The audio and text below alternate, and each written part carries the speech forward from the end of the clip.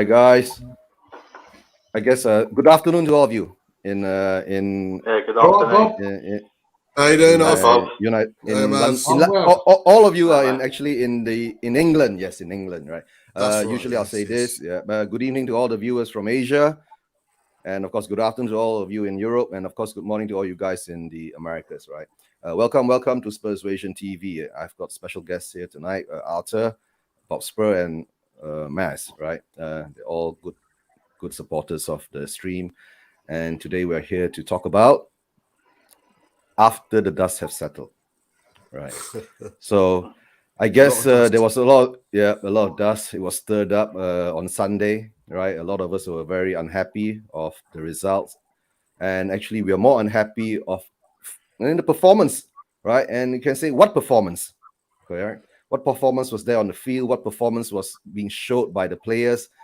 And I guess we just disappeared during the game. But of course, we won't go too much into that because the past has passed, and now the rumblings of all about Nuno out and all that is coming out again. But our question will be saying is that who is to blame? And as you can see, I've changed my green screen, right? And the banner down there is saying some words, guys. Please have a look, right? And all this is being organized. This time we're organizing it well, okay? No nonsense and all that. And hold on, guys. Let me bring on one more guest of ours. Hi, Brian.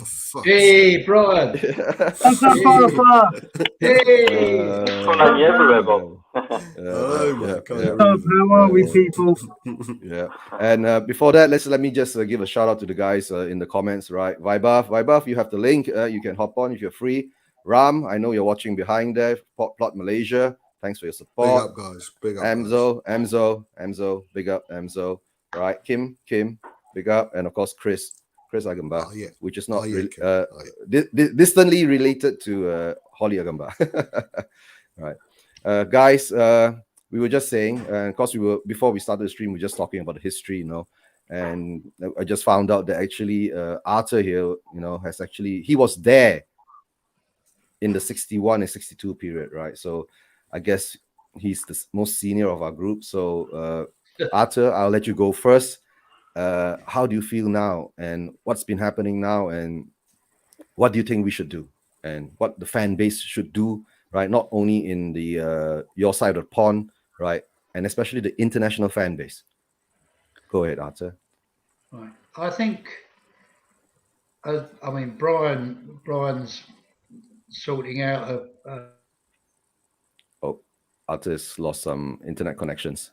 Whilst he's lost an internet connection, usually I just have to say, funny enough, I love that picture you've got in the background. Where'd you get it from?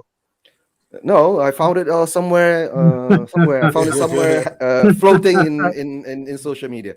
Now, brother, I'll support you. Have you not noticed I've changed most of all my icons on all my social media things, right? So this is the appropriate green screen background today, right? Because more or less we'll be going into what's going to happen, and let most of the Asian fans who'll be watching later or watching verse now, what are the plans and all that. And of course, let's say a few shout outs to the guys in the chats while we see what happens to Arthur. Maybe he's lost internet connection because Kim is not with him at the moment. Kim has got some errands to run outside. Vibuff say yo. Amzo says Spurs Vision TV. Plot Malaysia is Ram, right? Ram, if it's Ram, MU lost, right?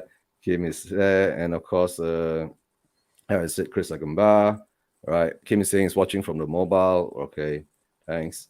And let's see. I have a strange feeling Spurs will come out strong. Next one, of course, Spurs will come out strong. The next one, we're playing Mura. Who won't come out strong against Mura? If we don't come out strong against Mura, I guess it'll be the end of Nuno. Oh dear. Yeah, correct. And of course, let's go to Maz. Maz, have your say on what do you think? I'll start by saying Levy out, Enoch out. I'm sure that will please Brian. How did you guess? Love you already, Maz. Love you. So, I mean, if just looking at the performance itself, I mean, as a Tottenham fan, it's unacceptable to go out to Arsenal, the library, and just not show up. I don't think I've seen as bad of a performance, especially in a London derby versus our fiercest rivals. And even in the 90s, when we had much poorer teams,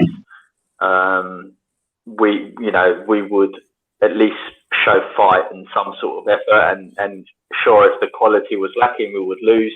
But that was okay in the sense that at least we fought. But what I saw in the recent game was just no fight from to be honest, I would say any of the players. And if they were fighting, it wasn't as a unit or as a team. And I just think that's totally unacceptable.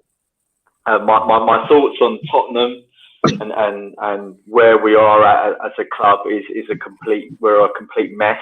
There's no planning. And if it was maybe 2-3 years ago, I would have been very surprised to sort of, with the benefit of hindsight, to see us in this sort of situation, if I'm honest. I mean, I've never been a massive fan of Levy, but I never thought it could get this bad and we could stoop this low. And I think that's what hurts the most out of everything. Mm-hmm, mm-hmm. And of course, Bobby, I guess you have more or less the same feelings that all have. Yeah, but I agree with everything Matt's just said. But I think if you stand back and look at the bigger picture, we shouldn't really be surprised where we are. You know, we get people do play the whole. You know, these players have let down the previous two managers in Poch and Jose. My question would be, well, surely if they're still here, that's another reflection of how shit the board have been. Why they're still here? If they're continuously letting the managers down, and it's evident some of them are, why aren't they being moved on? The way we played is just a reflection of where we are, where the mindset is of the club right now. Unambitious, backwards, hiding, lack of direction, a lack of identity, a lack of aggression. All that can be related to the people up there. And when I say up there, I mean the board, not God. It seeps down. It seeps down to the players, to the manager. I mean, when you, again, it's not Nuno's fault, but when you bring in a mediocre manager who's been in charge of a mid-table team by playing pragmatic football, what else do you want? What else should you expect? So, bigger scale, stand back and look at the bigger picture. A Cody, as I would say, why are we surprised? Why are we surprised by that performance? So no, it's been a long time coming. I think if you look at the first 3 games of the season, you could see it coming. And unfortunately, we saw it, with our own eyes against the fuckers down the road. Not past 10 minutes yet, Bob. Oh, sorry, mate. I'll take it back. It's okay. I don't think they'll be monitoring me, right? So I'm not the channel, so who cares? But of course, Brian, I know you've been saying this for many times, but I guess you have to repeat it again because most probably the Asian fans would like to hear what the plans are up and what you've been planning and things that is going to happen in this next 2 weeks or so before you go back to Canada. Well, I've got another. I go back to Toronto on the 29th of October. So 1 more month. Of October, yes. I still got a good little while still, obviously back home here. So yeah, there's a group of us that have come together. We were under the umbrella of Too Dare is Too Dear, but now there's a big one that we're really, really, really pushing, which is a Change for Spurs. The Twitter handle at Change for Spurs, which has got all the details of what we're planning to do and how we're planning to arrange, just so we can let fans around the world know what's going on. But most importantly, and I don't mean this in a negative way, it's making sure we can attract as many UK-based fans, obviously, or London-based, so we can get them here. There is plans to. I spoke to you, Eugene, about your area. Obviously, I'm planning things in North America to try and actually actively get change. Again, Bob's already quoted Cody, and I'll quote Cody. I don't know where Cody got this quote from, but I'm loving it, which is like, I'm sure I quoted it right. The journey of 1,000 miles starts with a single step, and that's what we're doing. That is what we're doing. And there's a group now called Change for Spurs, and within 48 hours, we've already got 1,700 followers, just over. The number is growing daily at quite a good rate, because in N17 now, there's this big stadium, but I don't recognise the club that it represents anymore. I was brought up on a heritage of that. It's lucky for Spurs when the year ends in one. We were constantly winning FA Cups. We were the first team to win the FA Cup 8 times. We were the first team, or the only team, to win the league FA Cup as a non-league team, which will never, ever be repeated. We are the first team to win the double in the previous century. There are so many firsts with us, and now our firsts have gone from those kind of trophies to being the first team with a carbon footprint of 0 in a game, or the first team to have the longest bar in Europe, the first one to have a skywalk. These are not the first I've won. I don't play Monopoly with my football team. I don't land on Park Lane and build hotels. There is a football club there that has stood within my family and all of our families that are on here, and people's generations of families that support this great club for what it represents, but we don't represent it anymore. And we are trying our damnedest to get the talking points of Tottenham to be on the pitch, not off the pitch. And what property did we buy, and what building are we erecting? It's not that anymore. And we are trying to get our club back, and we just need help. We need help. And then hopefully, obviously, in England to come and protest within the stadium, and then for other ones as well. Yes. And just let me read out some. Yeah, let me read some comments from Wayne Bonner. Right, Wayne, thanks for your support. Right, Wayne says, "How are you fellas?" Right, TTIT. Yeah, told him to like that. To like what? Is it TTIT? Yes, TTIT. Right, piss off Levy. Right, bring our club back to life before we slide too far down the abyss. I think we're already on the road down on the slide, right? So how you gonna climb up a slide? Okay, right. And it's embarrassing when the fans have more ambition than the board and owners, the chairman, right, and more passion and fight than the players and the manager. Yes, very correct, Wayne. Very correct, right? And Wayne says, do ENIC or Tavistock own any companies or sport teams in Asia and North America? I have to look into that. I guess if it makes them money, they will, but maybe they don't own sports teams or clubs. They might be owning a lot of property. I have to look into it, right, in Asia to check up to see where they are. And let me see. Let me bring one person on. Right. Let me see who is this and take out. Oh, it's Stel, right? Hello, this is Daniel. This is Daniel Levy. We are on the correct path to success. Just 20 more years, and we will win the league.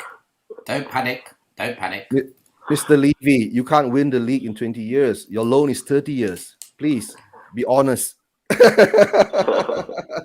Eugene, unless you support the club, we will not win the league. I don't want you spreading rumours like that, please. It's believable as well. It's a believable impression. I'm going to fucking kill him. I'm going to kill him. When I swear to God, I'm going to kill him. Hello, everyone. Hello, Eugene. Yeah, I'm all right, man. How you doing, brother? No coaching classes today?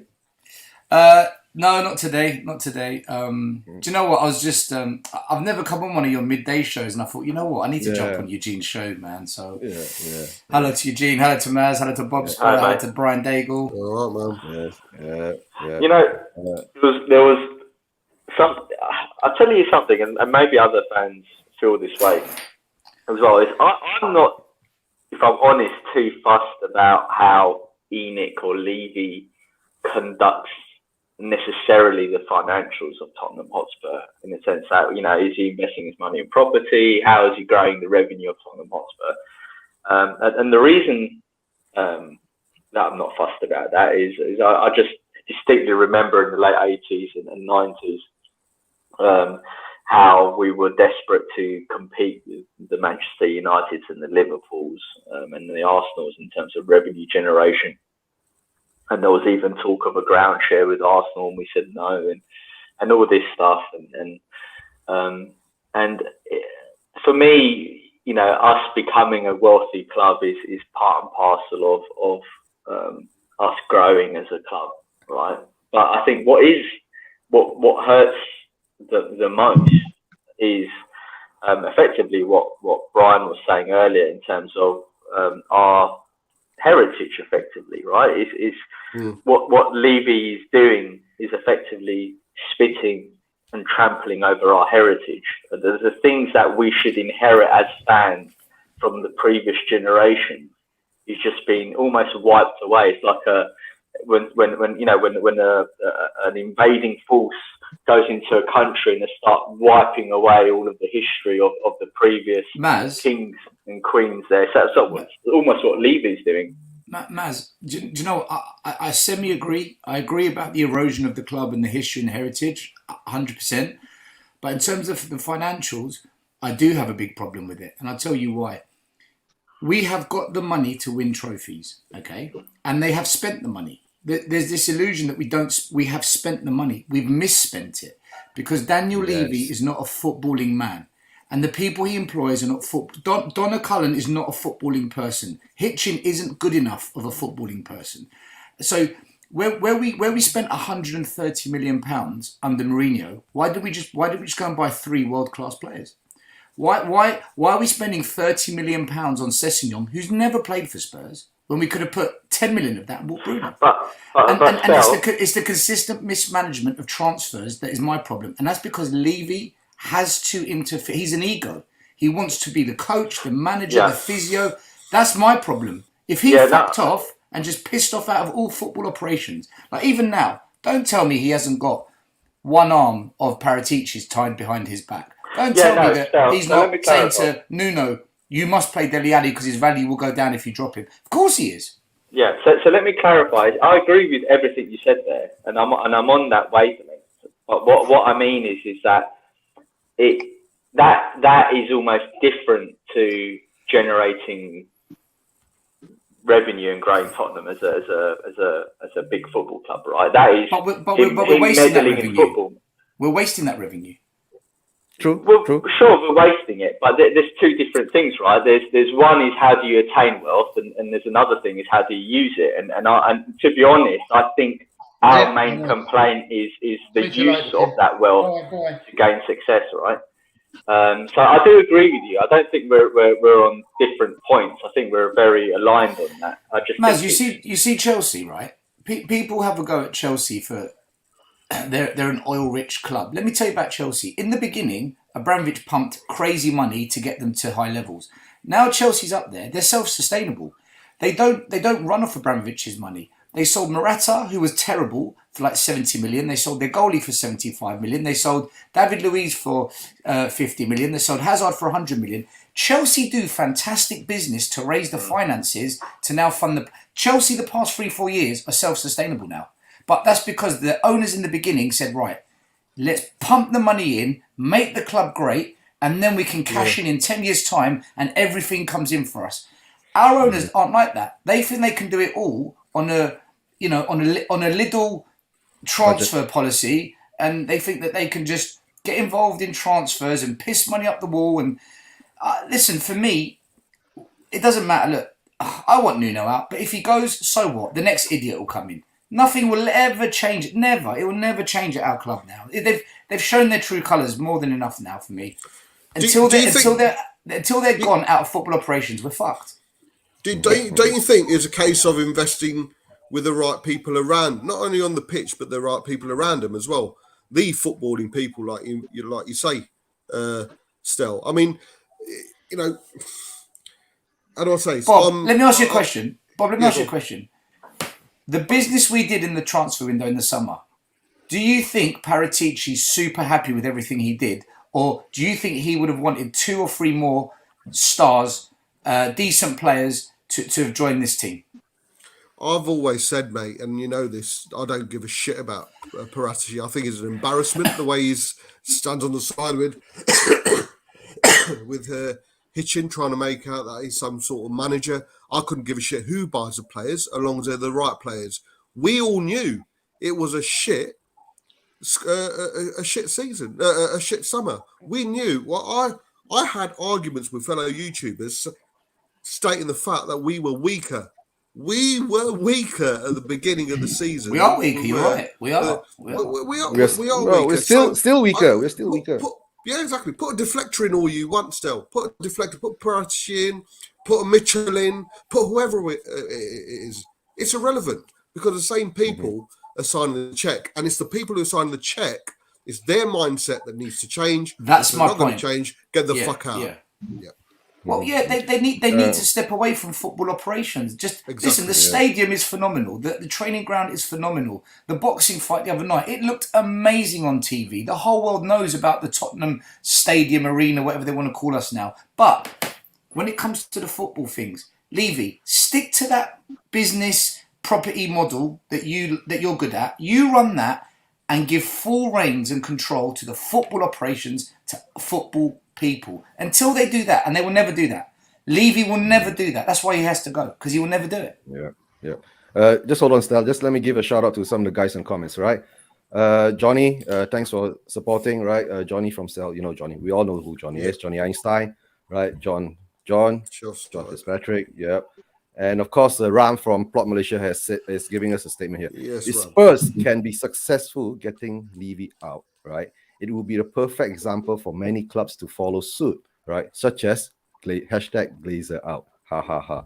That's true. If we are successful, right, we are going to be the first club, right? I guess in the world. Yeah, we are setting the way to give the club back to the fans. To tell the truth, I don't want no billionaire coming to own the club, right? I want the club to be owned back by the fans, but to be owned back intelligently, right? And have a real proper structure of the ownership, right? And of course, Mark Swift is saying, right, big up to Mark Swift, John Fitzpatrick. All right, there's a question here by Emzo. Hello, Mark Smith. We're friends. Don't worry. I know. Emzo. Question for everyone in the panel: would you take Enix selling Spurs, but get relegated to the Championship and win the Cup treble, FA League and Conference? Would you take this option? Of course, we all would, right? Like I said, if we get relegated, we get devalued, right? And if we get devalued, right, we become a better prospect for another buyer to come in to take over, all right? Yeah. Okay, that's how I see it, right? Okay, I say yes. I don't mind getting relegated. What do you think, Mas? Do you think we should get relegated? I don't think you can put hypotheticals like that to fans who dearly love the club, if I'm honest with you. Yes, we all want ENIC out. Yes, you know, we all want Levy out. But would I want to see my club relegated in a competitive competition? I don't think so, if I'm honest with you. But that doesn't necessarily mean that the ideals that we're going for, the goal is any different. We obviously want him out. But you know, that's my take on it. All right, then I'm going to ask Arthur, because Arthur, I guess, is the only one here, right, has actually seen us being relegated, but we came back the next season, right, Arthur? 97. Was it 76, 77? 76. Actually, most of us have seen it. Yeah, 76, 77. Yeah, that's the first time we got relegated. Was it the first time and the only time? First time since we got into the Division 1. Okay. Yeah. So that year for age-wise, for me, 1976, 77, too young to understand it, you know, or too young to remember it. But for you, being relegated in 76, 77, how did you feel then? Arthur is, everyone in the chat, by the way, Arthur is 102 years old, so he will know. He's seen it all. He's seen it all. Bosh.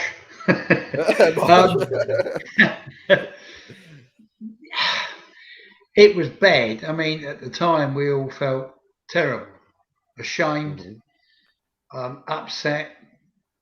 But that has got nothing on what is going on at the moment today, because we didn't have a board then that was. We keep saying Levy, but because that we mustn't forget Uncle Joe Lewis is behind the whole show, right? Yep. He's the guy that says to Levy, "That's what I want," and Levy goes out and does it like a good little boy.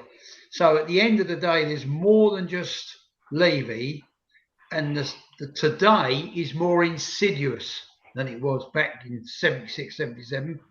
You know, it was more straightforward. We were rubbish, well, crap, to be honest, and we deserved relegation back then. Today, we've got the situation where Poch goes to Levy. We need a rebuild. 2 weeks later, he's sacked.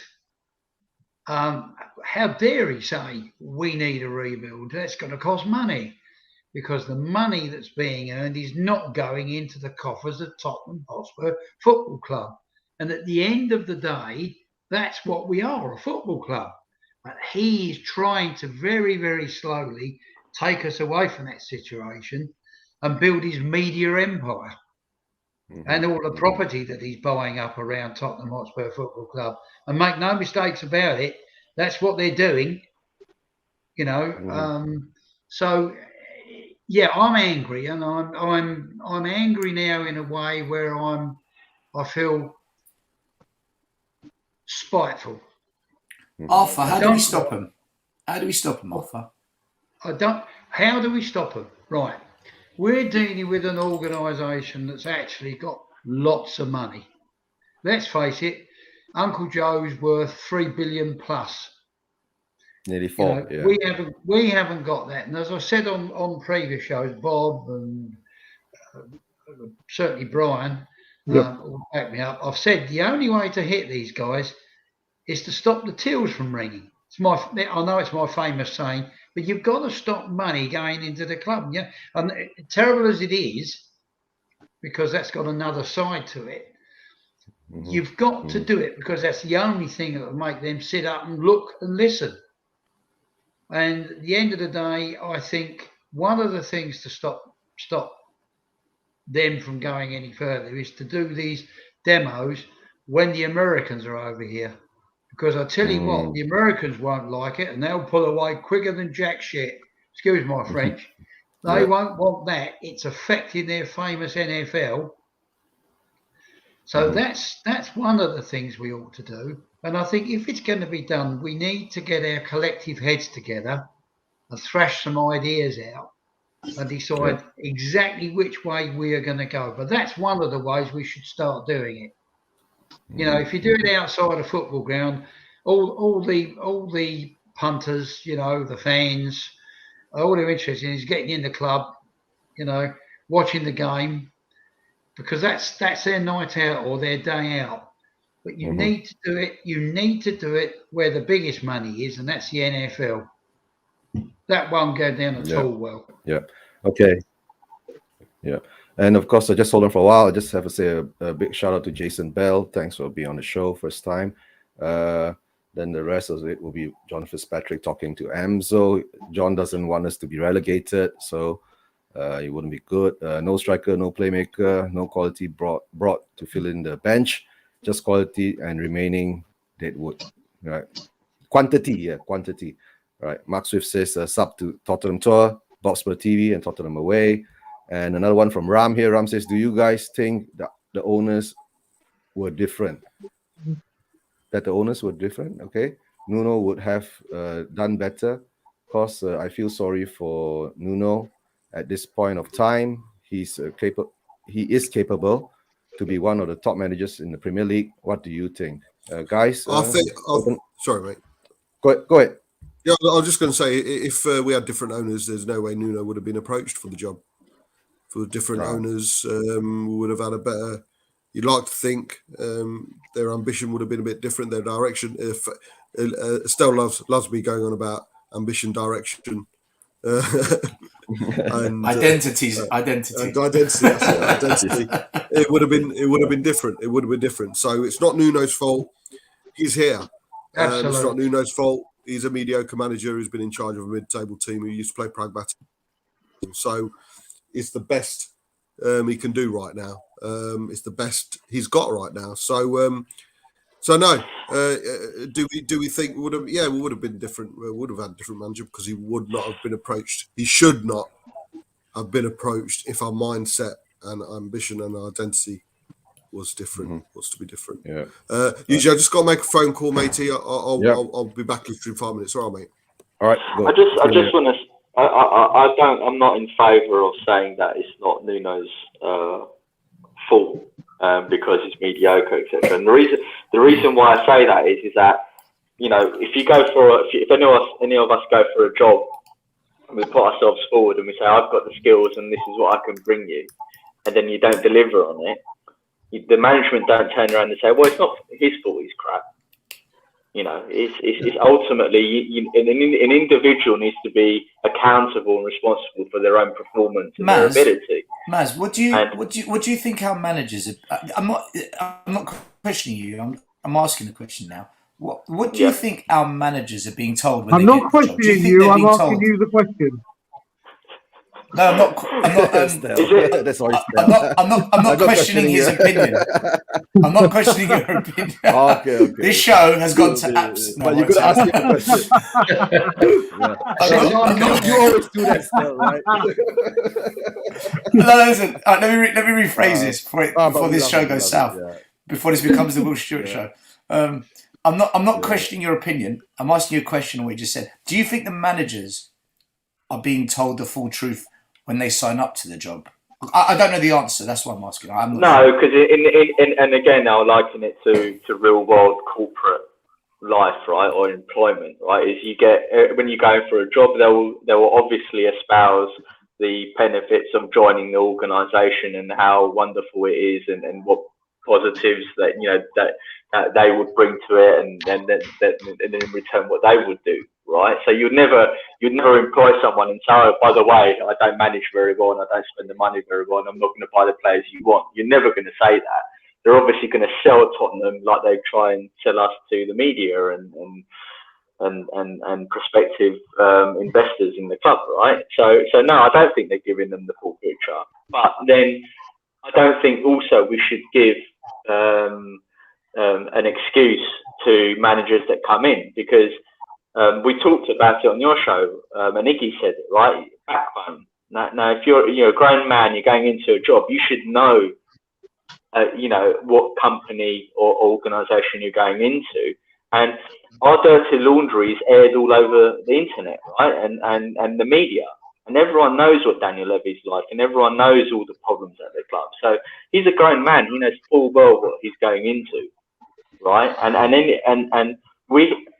There's a reason why we have to hold the manager and the players responsible for the stuff and lead it. You know, this is our football club. I just don't like this. Oh well, he is what he is, and it's not his fault. No, I'm sorry. You take the job. You've got to take responsibility and accountability for the team, right? Otherwise, you shouldn't take the job. Yeah. So what you're saying is that no. Yeah. But what you're saying is that you're coming back to square one again, like when we had Mason. Remember? Right. Well, but why should he get an excuse? I mean, that's a different scenario, right? Because when you're a caretaker, let's just bring this back to normal working life, right? A manager leaves at your local chip shop and they say to you, right, you've got to cut the chips now and you've got to put them in the fryer and you've got to do your customer service, right? Can you help us out? And you say, yeah, I'll try my best. I might not be very good at it, but I'll give my best, governor, right? So and that's effectively what Mason done. He said, okay, it's a good opportunity. I'll try and see if I'm cut out for it, and maybe if I do a good enough job, they'll keep me. And if not, then I'll put that under the bracket of learned experience, right? Mm-hmm. So it's a different scenario. But if you're going for a job, and you know, you're getting paid to do a job, and you get set goals, and you're not performing to those set goals, right? And there's no denying that his goal is to win football matches and get a tune out of the players, and he's failing, and that's his fault. And obviously it's Levy's fault as well, and the players, but you can't just say, you know, it's not Nuno's fault. No, I'm sorry, it is his fault. So it's a mixture of reasons, isn't it? It's a mixture of reasons. No, it's a collective responsibility. Everyone is responsible from the top to the bottom. Correct? Yeah. Just hold on for a while. Let me read out some comments. Right. Wayne Bonner says that if we get relegated, Levy won't like it. It would hit his precious image. Yeah. Right. And build up to so long that he wants people to see instead of his true image. Correct. All right. Amzo, I mean, just let me read out a few comments. It's been going on. John Fitzpatrick makes no difference. We still support the club. We are in the League 2. Even if we are in League 2, yeah, that's true. As long as Ian is nowhere near the club. Some of us have gone real extreme that even we drop down to League 2, we will still support the club. But in the end of the day, if you support the club, even if we are in League 2, we will still support the club. Let's see what Johnny says. Can I add to this, Eugene? Just before you read this, I've said it before and I'll say it again. There isn't a single question you could ask me where you say, if this happens, Levy goes, that I ever will say no to. Not a single question, football related or not, that I wouldn't do for them to go. That's how serious my I still love my club, but I don't recognise it anymore. Yeah, we all don't. And Johnny says that just means we've been promoted to the top flight twice more than goons who bribed their way in. Yeah, I heard there was a story or somehow or another Arsenal they paid their way into one of the seasons to be promoted into the first division or something like that, right, Arthur? Yeah, they did. Yeah. There was going way back. Well, we compiled a list about 5 years ago. I say we, friends and I. We compiled a list of all the things that the Gooners had done to us over the years. If I tell you it was 2 foot long, this list, right? And I'm talking normal writing. I'm not talking, 1 foot long writing. We're talking a whole list of things that they'd done against Spurs, and that was one of the biggest ones, bribing their way into the league above us. We should have been naturally promoted because someone did a backdoor deal, a backhander as we call it over here. They went above us and got into the league, and we didn't. And that's a fact. Right. That's a fact, right? Yeah, I read it somewhere too. Yeah, I read it somewhere too. That's another reason why I always say when they say, "Oh, we're the best North London club," I said, "You're not North London club. You're squatters. Yeah.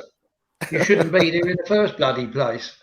But there you go. We're going to go on a rant about the Gooners if we carry on. Yeah, the main thing is let's get Enoch out of this club. Whichever way we can, there must be a way. And I just think it's a case of trying different things until we hit the right button. No, the way is there, but it has to be planned properly, and everybody has to play a part in it, right? Absolutely. Into doing a certain thing, and when that sync comes together, right, and that will be the right time for the push. Yeah. Okay. Yeah. And, the push is now. The push is now. Yes. And we need to almost. I know people say like protests and stuff don't work. I think they do work if you do it in the right setting, and you have a sustained pressure in protesting against the club in lots of different ways. Almost like we did against Alan Sugar, to force him to get fed up effectively and sell the club on. We need to always do the same thing. I know we've discussed that to death in the past, but you can't just do one approach. You have to try and hit them from all sides. Yeah. Yes. Yeah. Everything has to be in sync, right? And that's why it's a wonderful thing now that Brian is back in the UK, right? So he will be pushing the first button. He's doing the lift off, and from there, let's see whether we can carry that momentum along the way and have a proper objective to do this properly, right? And just let me read this out from Derek Hutchinson. Derek Hutchinson, thanks for your support. Right, the person to blame for all this crap is one and only, we know who it is, right? And Johnny says that that's why I call them asterisk FC asterisk FC. Yeah, that's an old cartoon. Any of you guys who would still remember what asterisk is out there? It's very far back, right? What is it?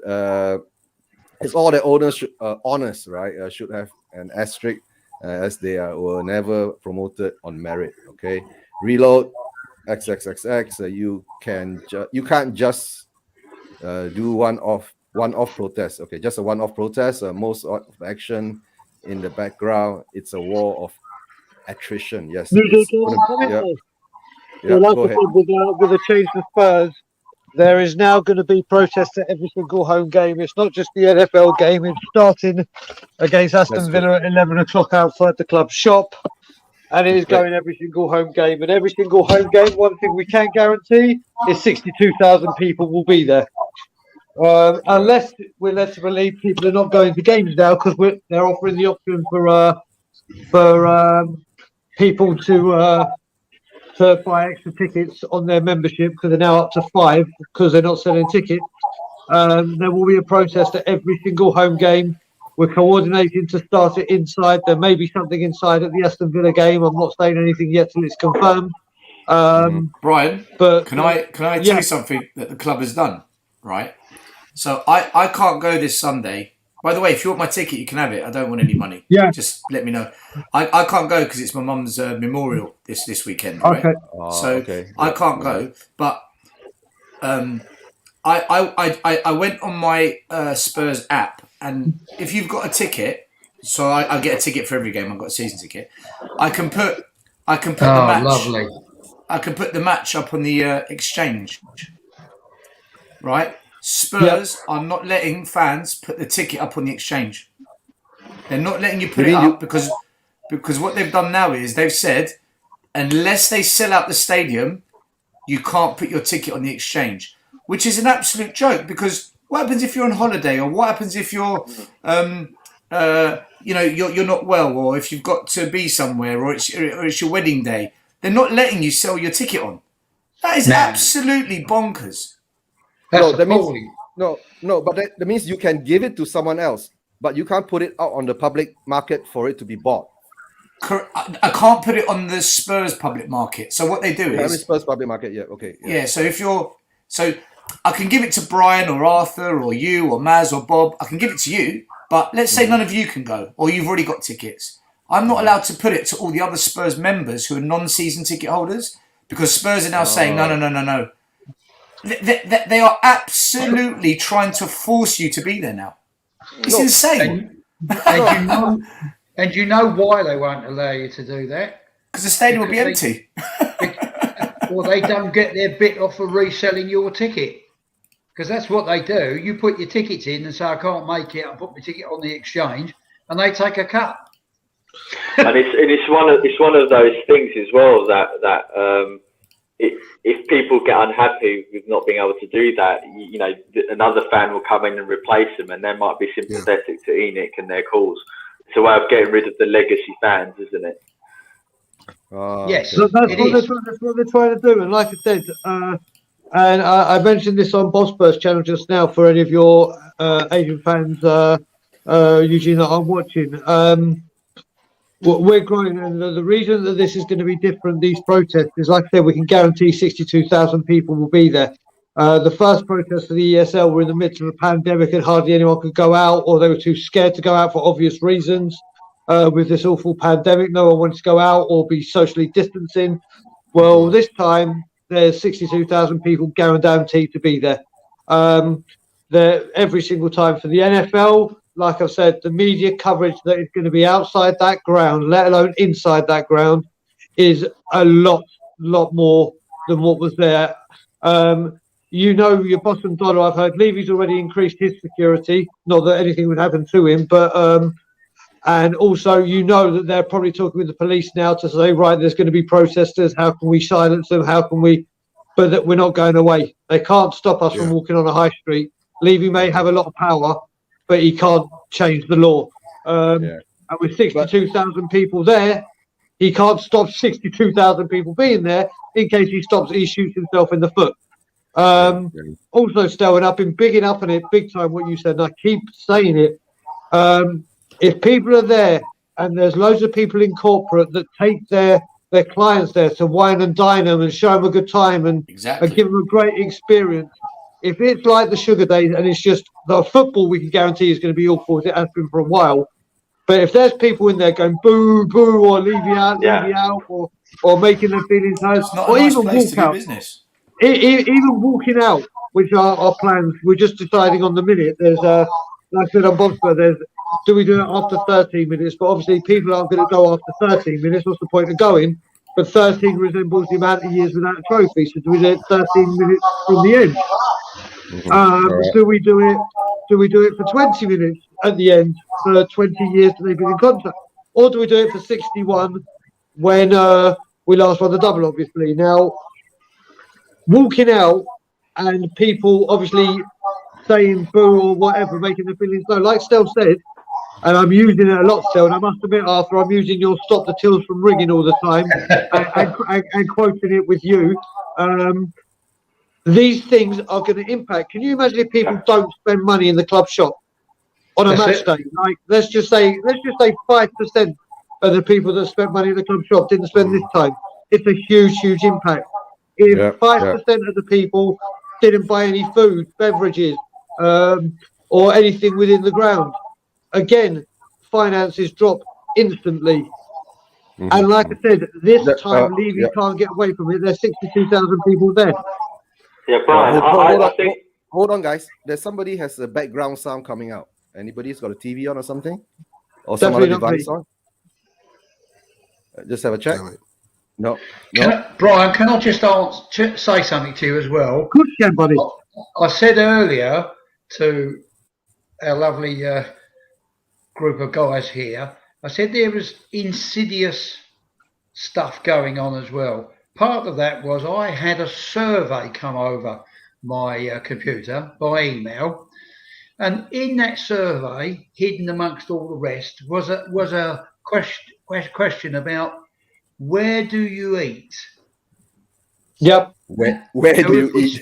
If we stop eating the blooming food and buying beer at the club, that'll also give them a whack in the pocket. Exactly. Go eat at Chick King and all the other businesses that have been impacted by COVID. Yeah, it may cost you a bit more than inside the stadium, but the money are going to people that work their hard, work work ridiculous hours to keep their businesses open. Yes. That have also had to go through COVID where they haven't tried to furlough their staff like a certain chairman did, but he gets the highest paid chairman in the league.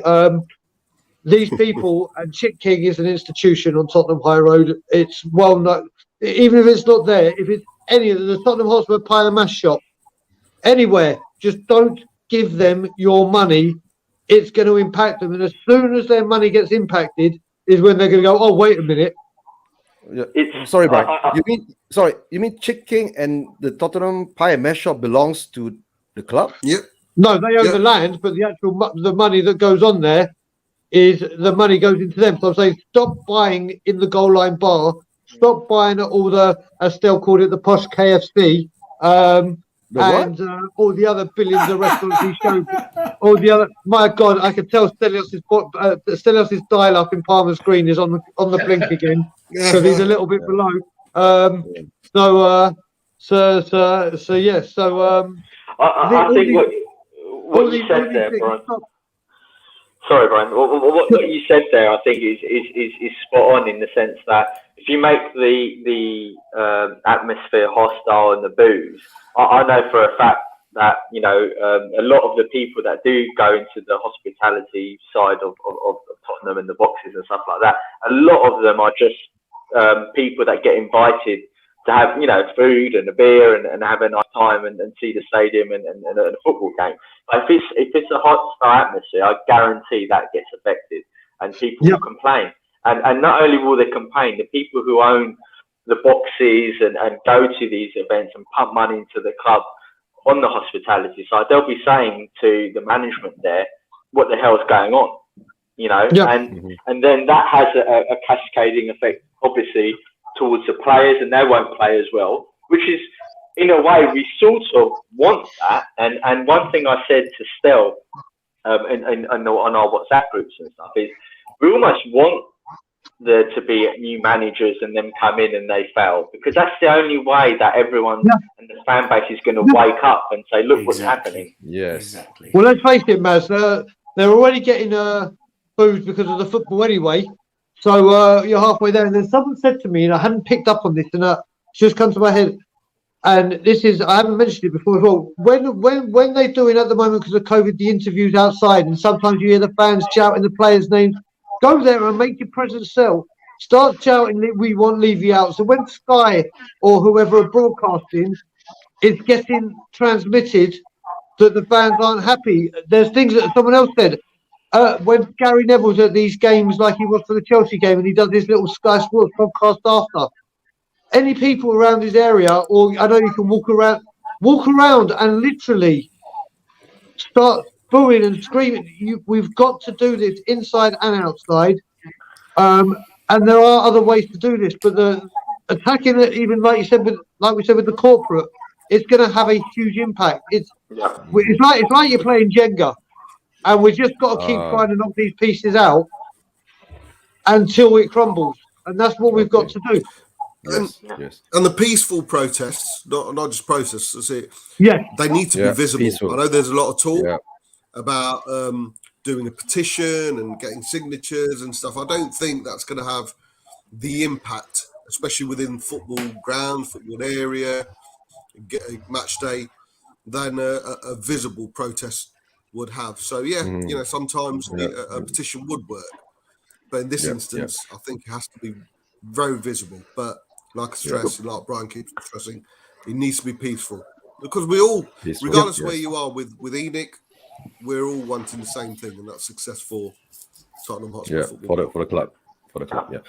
Just hold on for a while, guys. Just let me read out a few messages. I think this is for you, right, Arthur? Everything's good? Yeah. All right. Yep, that's good. That's why I've just heard the door go. They've just come back in. That's good news. That's good news. That means Kim will be coming up soon. Okay, Kim will be joining us soon. And then this is from Ram, from Prod Malaysia. It's time for these Premier League teams with toxic owners to unite and get them all out. It would be a dream. Send a message to prevent them from buyouts again. All right, from toxic buyouts again. Derek Hutchinson says oh no, we're not going that far. The kind of thing, not to exterminate, right? To remove, yes. Then John Fitzpatrick says, back in the 2000s, I knew the manager from the ticket office. She was Irish. Got a ticket for every match I wanted. Was a great connection. Yeah, nowadays it's all about the connections, I guess. It's all about the connections. Thanks for that, John. Chris says 61 minutes for the. I think he was talking about the walkout. When you do a walkout, right? Yep. For the 61 minutes, right? Hi, Kim. Hey, hi, Kim. Hopes everything's okay. Good news. Yeah. So that's good. Yep, that's good. Right. We've been going on for nearly an hour, so you can hop on and join us. I guess you've been listening to what we've been talking about, right? And of course, the Reload is saying boycott could actually work. If people don't buy merchandise next week, it's not like petrol when you can't avoid it. Oh yeah, you guys have got a petrol problem in the UK now. Oh, that's not a good thing. Eugene, the issue is if you go to a Spurs game, half the stadium's got the new away kit, the purple luminous green one. They're all pumping money into the club, and then they're going on YouTube and moaning. And I'm thinking, why are you moaning about Enoch if you're wearing a brand new Spurs top? Look at us. No one here is wearing Spurs merchandise. Nobody. You go on other podcasts and other YouTube channels, and you look at them, and you think, how dare you talk about Enoch and Levy? It's just you're hypocrites. And then I get told, go easy on them. I'm like, I won't. I must admit, I've got my Spurs leather thong on. So, everyone has their vices, right? But Bobby, believe in some of that, so you're good. Bobby's leather thong is signed by Levy, personally signed by Levy. No, it's just got a bit more space for the.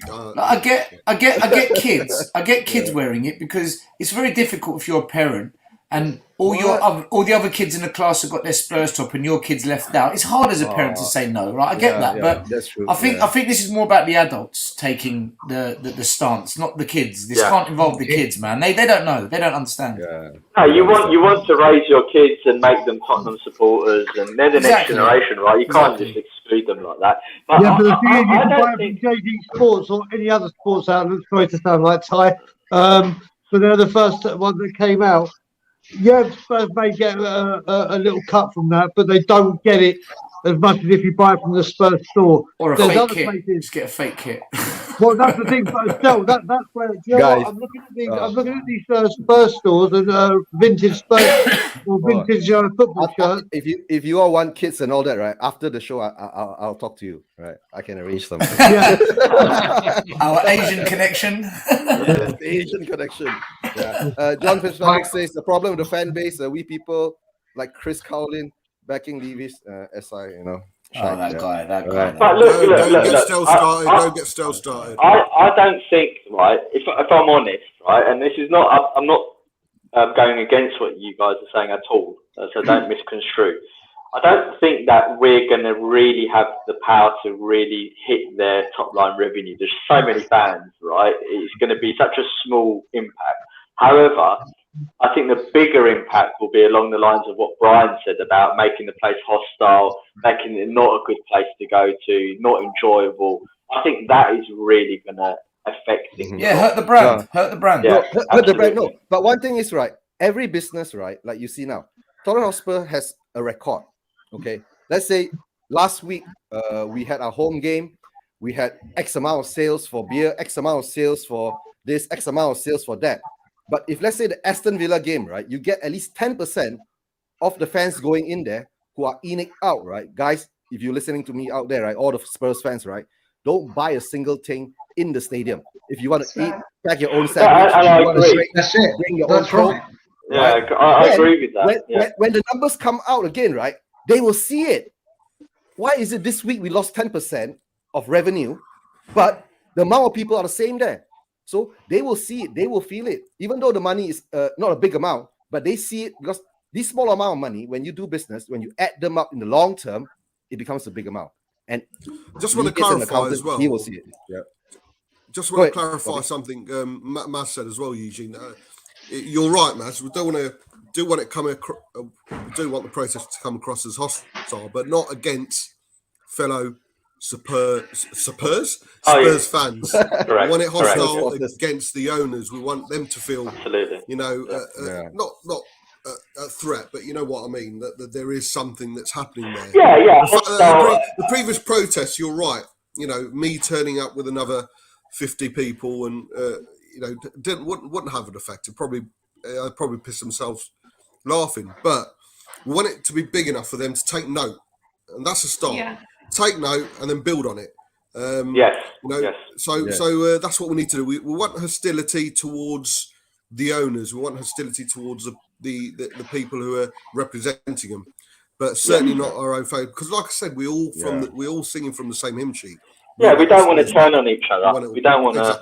Exactly. That's true. Yeah. Make no mistakes. I'm under no illusion about us actually being able to hurt them as such. However, they will be noticing the decline in certain columns on their spreadsheets, and they won't like that at all.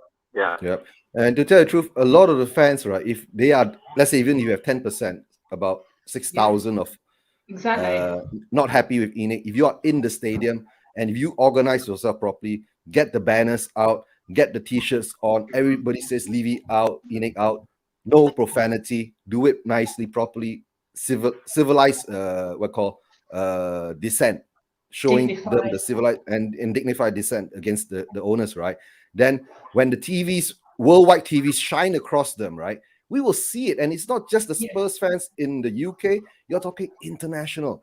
And when the international fans see it, right, at the moment, right, like you said, then the international fans will wake up, like Brian's been doing. The Toronto Spurs now, all the members have already agreed they won't buy merchandise from ENIC, right? And Brian's been saying the German Spurs fan group, they also agreed to buy. I can't remember what part of Germany, but they're started. Yeah. So it grows like that, you see. And because a lot of, like I said, all the while I've been saying, right? Fans are fans. Okay, we don't want to say what kind of fans they are, whether they what kind of fans and what kind of fans. But of course, there's certain kind of fans who are armchair fans who just watch the match. You lose, you feel sad for a few hours. Then of course your life takes back over. Then you go on. Next week the game comes on again. You win, you're happy, right? They don't look too deep into the happenings of the club and all that, because maybe their life has other things that take over, and they are more, like they say, the armchair fans. But fans like us who take all the effort to be online, to talk, to show our face, right, to the public, okay, to the public, and tell them what is happening and all this and all that. So we have fans who are, let's say, more passionate about our club, and we want change. So now what our objective is, right, is to make those fans, armchair fans, right, to stand up and say, okay, I will follow you guys. Okay, let's say for 1 year, I won't buy anything from official things from Spurs. That's all. And if internationally, right, 10% of the fans get this in their mind, right? Imagine international sales. It's much more money than what's sold locally, and that will hurt them even more. That's why Spursation TV was actually created, to bring us together, to find these fans out there, right, who are listening, not now, maybe not live with us now, maybe after when we're watching the recording and all that. Okay, and of course what Derek Hutchinson says, right, when game starts, everybody in the stadium, barring the away supporters, should turn their backs. Great idea. Okay, yeah, that's a great idea too. Great idea too. Let's face it, you're hardly going to miss out any scintillating football, are you, at the moment? Amzo says that, yeah, funny enough, John supports MU United expressions and just troops. Okay, we won't go there. Let me see what John says. I see him more with the scrum and with our friends. Yeah, of course, we're talking about who. Right, and doing everything kind to deflect away. All right, what says Johnny says? Johnny says, Mark Swift says, hit the like and sub. Thanks, Mark. Hit the like and sub. I can hear someone being sucked in by a vacuum or something. Yeah, I think it might be you, Stel, with your no camera. I don't know what you're playing at today. Listen, Golders Green boy, right? We're making tea. Pipe down. Hey, you're the one with the Hoover near you, so you're the one with the Hoover near you with the camera off. That's the cooker tap going off, making tea. I can't believe I'm being abused by someone wearing a Spurs leather thong. You can have it back. What a picture. Yeah, Spurs leather thong. That's Bobby. Bobby. Okay, guys. Bob, Brian. just a quick check your WhatsApp. Okay. Brian. I think last night on the show. Brian sending you a leather thong. Okay. Brian, remember, I think last night you were on Tommy's show when you said someone said some conspiracy theory about Tomiyasu. Remember? Yep. Yeah, I brought up your my conspiracy theory. Channel. Yeah. I didn't want to mention your name, so I didn't know if you wanted to float under the radar. Yeah. But the thing is, right? Don't you think it's funny, right? 2 days later, Levy comes out. There's a rumor of an evaluation of a 3.5 billion. That's right. Listen, I don't really want to talk about coincidences because when I talk about coincidences, it brings out the Tottenham Hotspur Supporters Trust and the thing they did straight after we brought out a statement at Changes for Spurs.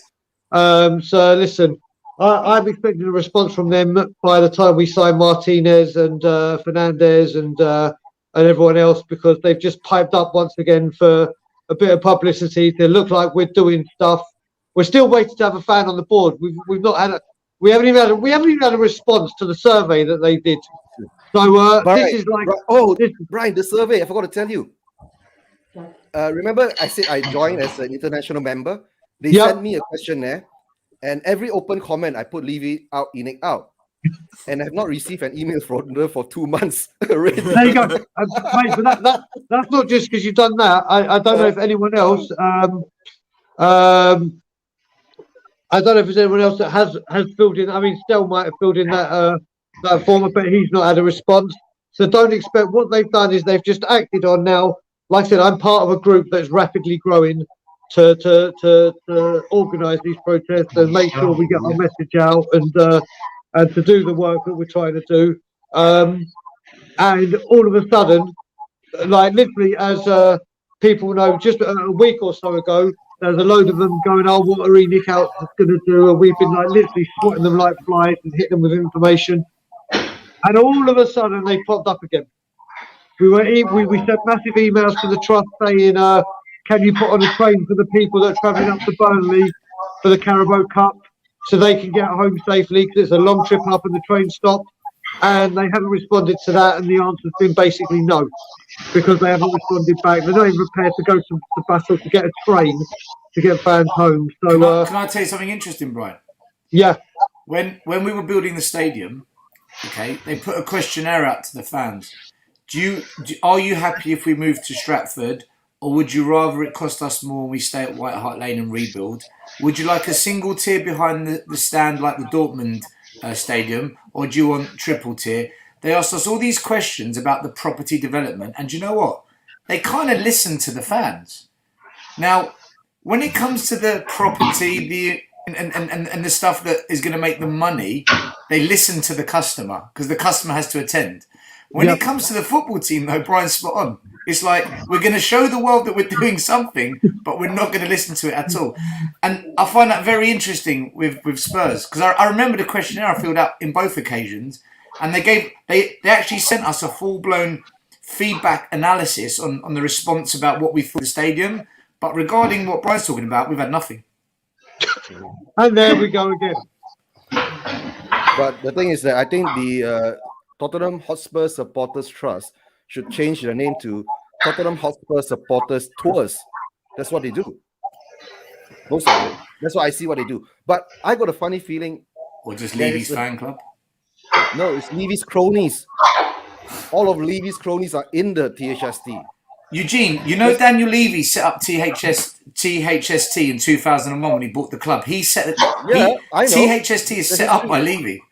Yeah, I read the history. Yeah, THST is set up by Levy, right? And to tell the truth, the most annoying thing about THST, right? Somehow or another, their members never reach more than 35 or 40,000. It's always kept at a certain 25, 30,000 kind of level. So I guess there must be some kind of business going on there. Because if I'm not mistaken, a lot of us international official Spurs fan clubs, right? In, let's say, Malaysia, South Korea, or even China, Hong Kong, all over Asia, or maybe in Americas, if you're officially linked to the THST, if you want to bring a tour to the stadium, you have to go through them, and they will arrange everything for you. So that means you pay them the money, and they make the profit off of you. You see, the thing is, right, is that when I don't know if you guys have listened to the Spurs Show podcast, but whenever they have the THST there and the representatives who run that trust, right, they always dodge the hard questions. And and none of the presenters of the podcast ever say to them, "Look, why aren't you guys doing more to affect change at the club?" But it's almost like they don't want it. Maz, you know, there's a few. Listen, I don't want to be stereotypical here, but if you listen to podcasts run by upper middle class hosts and presenters, they're all, let's be diplomatic. Let's just have a discussion because we like discussing for the sake of showing that we've got intelligence. They're all very much in each other's pockets. They're not the kind of fan that's going to bring about change in a way that we all want it. But they will talk about it and they will have debates about it to show that, look, we are part of you. They're not. Then they still want Tottenham to win. They still want Tottenham to be successful. They still love the club as much as you and I. But I've noticed with those kind of podcasts, they want to be friends with the Spurs Supporters Trust. They're not going to go in like someone like Piers Morgan who will grill them. Piers Morgan, love him or hate him, he will grill you to get the answers. And that's why he's disliked, because he's not scared to go where people, aren't scared to go. Yeah, no, I agree. Afraid of the truth, right? But Man, sorry, Arthur. I had to just mute you for a while because of the background noise. Go ahead, Arthur. Okay, guys, listen, I was just going to say to Mez about them not answering these questions. That's called dodging the bullet. Exactly. Yeah. Make no mistake. Yeah. And Brian, yes, you were saying, Brian. No, I was going to have to go because my best mate just came in, but he's going to have a workout. So I'm, funny enough, not going to do that. Okay, that's Yeah, by the way, yeah, he's a gooner, so unfortunately, he's just now. Say hello Can't to be him. a friend then. We're all friendly. Yeah, we're all friendly here. No problem. Exactly. Listen, I Tell met him him in the to middle of the piss desert in off. Israel, and he just happens to be a gooner. So what can you do? But he's my best mate, and No one's perfect, right? exactly, no one's perfect, as he said. So yeah, but no, I'm staying. Yeah. Big up to him. Brian, Send our I regards, don't see any blood. Yeah, no. Trust me. If there's going to be any blood between me and him, it'll be my blood. Trust me. He can have just my let me Spurs just let me read out a few comments. Some of the comments out there. Derek Jensen says, "Vote Brian Daigle onto the board to be a thorn on Levy's side." Right, Yeah, but we had to get the numbers to get him in. Right, guys, is there a way, right? We can actually flood the supporters' trust, right, and bring us in and take it over. Do you think that's the way? Right. Mark Swift says, Bob, what? Close your mouth when you. All right. Piss off, Swift.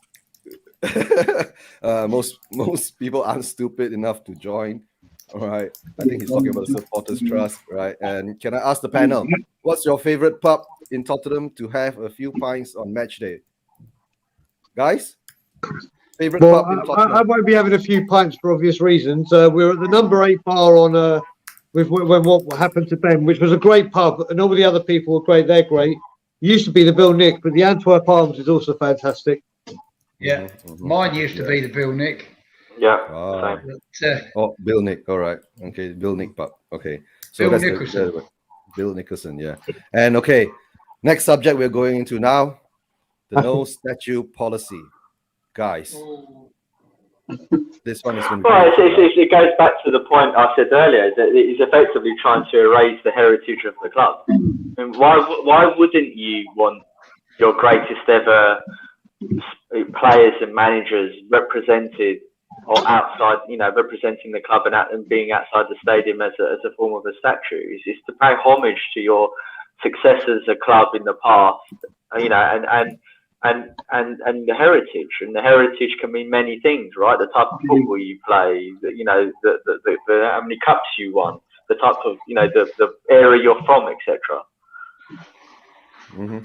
If I see it in this way, right, I guess the pubs around the club would have more heritage and more history than the club itself.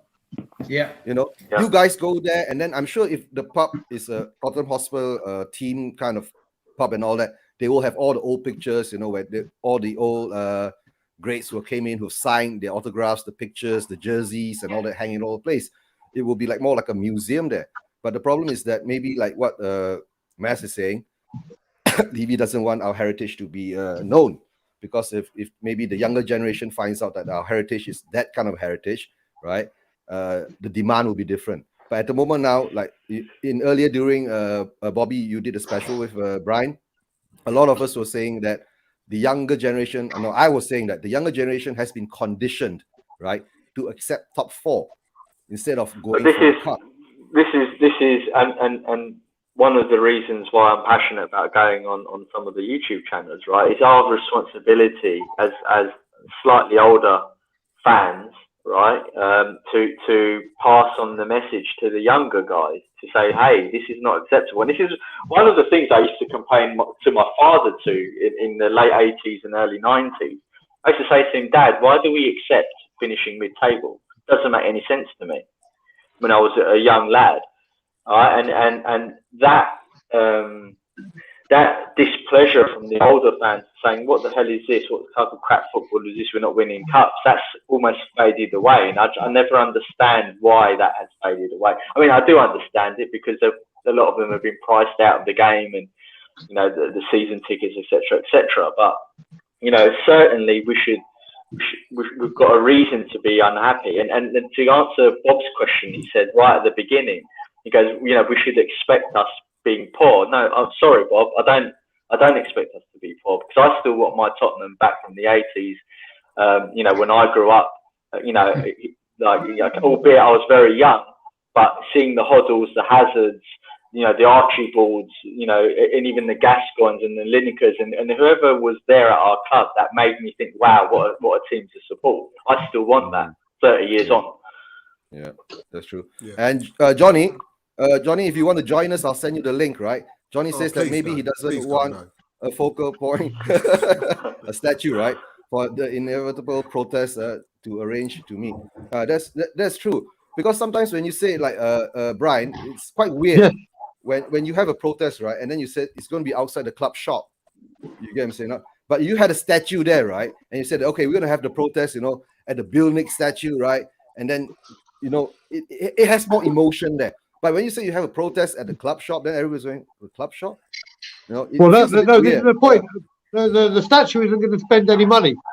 Yes. The club shop is the exact place to protest. And this is the thing. I mean, obviously, like you said, it's a... If we got to remember is when we have the NFL ones, we don't just plan to stand outside the club shop. There's going to be media coverage everywhere. Yeah. So it's not we're just going to be fun. That is the meeting point as we go around the stadium. And whether it's a case of we go around as a big group, like I said, I have no idea on numbers, so I'm not going to start quoting numbers here, numbers there.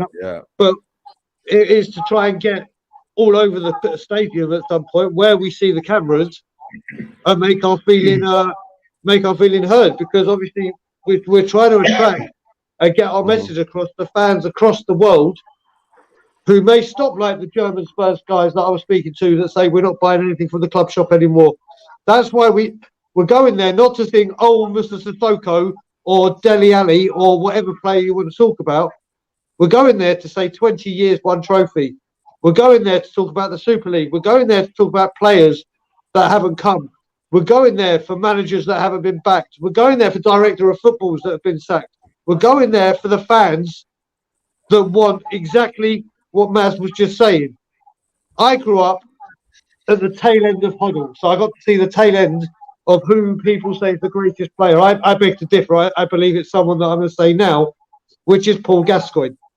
But other people have had great people who didn't see Gazza, who saw Janolo, who saw Rafa van der Vaart. We talk about Sugar. Sugar attracted Jurgen Klinsmann to Tottenham Hotspur when we didn't have European football. We were nowhere near challenging for Europe. We were out of the FA Cup and docked 12 points. But Jurgen Klinsmann, who then was like a big deal, came to the club. The club. It's like getting Mbappe or a Haaland today. Yeah. It really was. He was top goal scorer at the World Cup as well, wasn't it? Yeah. And it was a huge deal for £2 million, which, remember, we signed Gazza for £2 million, which was then a British transfer record for a guy of his age, for a youngster or whatever, under 21, whatever you want to call it. That's what Tottenham Hotspur stood for. That's what we did. And I say did because it's not coming back anytime soon where we can say, like I said, we made such a big thing in Sky Sports, God damn them, made such a big thing in the Chelsea game that we were the first football club for a zero carbon footprint. Do we get 3 points for that? Do we get a trophy? No, we goddamn don't. No, we don't. I'm going to go to my kids, please God, when I have them go, guess what? The carbon footprint is saved because Tottenham went, no. But all the way, we don't have to queue ages for a beer because we can get a beer because we have the longest goal line bar in Europe. What do you goddamn do? I'm really happy with these things that we can shout from the rooftops. No, I want the club back. And like I said, the statue, yes, I can see how people would say it'd be a focal point. But doing it outside the club shop, can you imagine these Americans that are trying to get into the club shop to buy memorabilia or whatever they want to buy, and they just see us there protesting and whatever, and make it, you know what I mean? It's gonna feel, and like I said, and I'm going to keep mentioning, we are not going to be violent, but you know how awkward you're going to feel walking into the club shop when there's hundreds of people protesting outside it. True. Yeah, that's true. Correct. Right. Yeah. But guys, in the end of the day, right, there's another issue that's come out now. UEFA, right, has dropped all their charges and the case against the ESL. So I guess 2024, all of us have to be had to get ready. I think the ESL will be ready by then, by 2024, right? And let's see, by then, will we still be included as one of the top 6 clubs? No, because we'll be in the championship. Yes.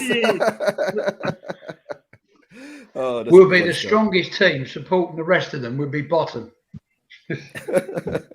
Leicester would have overtaken us by then, surely. They've already done it. Where we're going. Aston They've already done it. Yeah. Even West Ham are on the march at the moment. It's ridiculous. Yeah. Villa. West Ham. Villa. Yeah, Villa have got. Oh, mate. Mate, you know what? How can we even get the Super League? How can we even get in the Super League when we won 1 trophy in 20 years? How are we? And I'm not being. No, how are we I could understand that. No, I could understand that though, Brian. When it came about, when you stood back and you looked at the average finishes in the Premier League, the average finishes within the domestic cup, semi-finals and finals. I know we didn't win anything, but we were round and about better than, say, a Leicester and a Villa and an Everton. So I did understand that. And let's be honest, money. Yeah. Oh no, that's why we're there, because Levy spearheads everything. Where as soon as he sniffs it, he's literally all over it. Well, here's what typifies Levy's tenure, right? Is that we got considered to be part of the ESL for losing 8 semi-cup finals. You know, the most out of any team. It's just absolutely ridiculous. Come on, another thing to mention when we pass down to our kids. Oh, Spurs because of this. We don't win things, but we get to the semi-finals or the finals. That's all. It's funny, right? I wonder how many fans would have tolerated. Let's say we didn't have a Gareth Bell, a stroke of luck, right, in terms of turning into the player he became, and let's say Harry Kane didn't turn into the player he's become, right? If those players never happened, where would we even be? We would be in dire straits because we're certainly not buying them in. No, but sometimes it's like if the owners are honest with you, okay, and they don't give you all the smoke and mirrors, like you're linked to 200 top players in the world, but you buy the 2 of the worst players that you can buy, right, and then hope that they turn into a gem, but and along the way the football goes down the drain. Okay, and that's what's been happening to our business model in the football side. Okay, but of course the business model on the property side, right? Tottenham Hotspur is in London. London property appreciation, right, is one of the highest in the world. Yeah. You see, so to them the money is made on the property side, but they don't pump back that money into the football. That money goes somewhere else. The business model they're mimicking though is not actually the business model that any of the successful clubs are following, right? Because if you look at it, what they're doing is let's say they're buying lots of young players and they're hoping one of them turns into a superstar. Well, if you look at the last since when did we buy Bale? 2010 Bale or 2011 or whatever time it was, right? 2012, that's when he left, I think. But it hasn't worked. Oh, that's when he's left. It hasn't worked, right? Whereas if you look at Manchester United, Chelsea, Liverpool, and let's say Man City, more recently, is yes, they have talent coming through their ranks that potentially can make into superstars or they sell on, but they also supplement them with world-class players to develop that talent, right? And we don't do that. So we're expecting, let's say, Brian Hill to come through and become the next, let's say, Gareth Bale, right? And it's not going to happen because he's got. John says 2009 when we bought Bale. Yep, 2009 we got Bale from Leeds, if I'm not mistaken. Maz, that's true. Can I tell you a big problem we've got with our academy? Okay, and I know this because I go down to the academy with my teams, and I'm lucky to have met some of the senior coaches and heads of recruitment. The problem we've got at Spurs is this. Daniel Levy has directly instructed the club that there is a clear separation between academy and first team, and the first team cannot interfere in the academy. which therefore means you cannot develop a philosophy for the first team and then tell the academy, develop the players to be able to integrate into the philosophy of the first team. At Ajax and Barcelona, that's what they do. They have a style of play, and they hire a manager for the first team to deliver the style of play, and then the academy players should be able to come through and play into that system. But at Tottenham, Daniel Levy has said, no, I want a clear separation. And the reason he's done that is because, and this is the most worrying thing, right? The reason he's done that is because, on average, a Spurs manager lasts between 1.5 to 2 years. So every time a Spurs manager comes in, he's changing, right, let's play pragmatic. No, let's play counter-attack. No, let's play tiki-taka. No, let's play poch ball. Let's play this ball. So you can never develop the kids in the academy to play a style because you don't know what the manager is going to be by the time that academy player has come through the academy. So what the academy kids are taught is, right, be really good on the ball, don't lose possession, good on the left foot, good on the right foot, ball domination, 1v1 domination, and you should be able to adapt into any system or any manager's ways. But what we'll do is, by the time you get to 15, we will turn you into a quality player for one particular position. So you'll be a decent footballer, but then for the last part of your development, we'll turn you into a specific player for a position. And that's the way Spurs do it. But the only reason we do it that way is because of the problems we've got never keeping our managers. Isn't it worrying that Levy knows he's going to do that, so he sets the club out like that? It's madness. We've got a director, because he's not director of football now. Yeah, but the thing is, another one that it's madness, though, right? Because we're not. Yeah, of course. We're not even mimicking the successful clubs, and that's the worrying thing. We're not even mimicking the successful clubs. We're not even looking at a Leicester or a Man City or a Liverpool or a Man United or an Ajax or a Barcelona and saying, what are they doing? We're just deciding to do it our own way, and it's so successful, and it's just mad.